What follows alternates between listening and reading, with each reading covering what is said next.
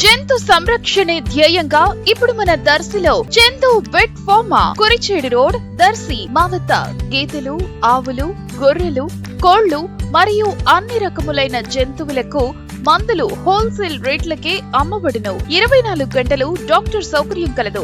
పెంపుడు జంతువులకు ఆహార పదార్థాలు లభించును. గొర్రెలు మరియు మేకలకు వ్యాక్సినేషన్ సర్వీస్ ఉచితంగా చేయబడును. విచ్చేయండి మన చందు వెట్ ఫార్మా, ఆంజనేయ స్వామి గుడి ప్రక్కన, కురిచేడు రోడ్, దర్శి.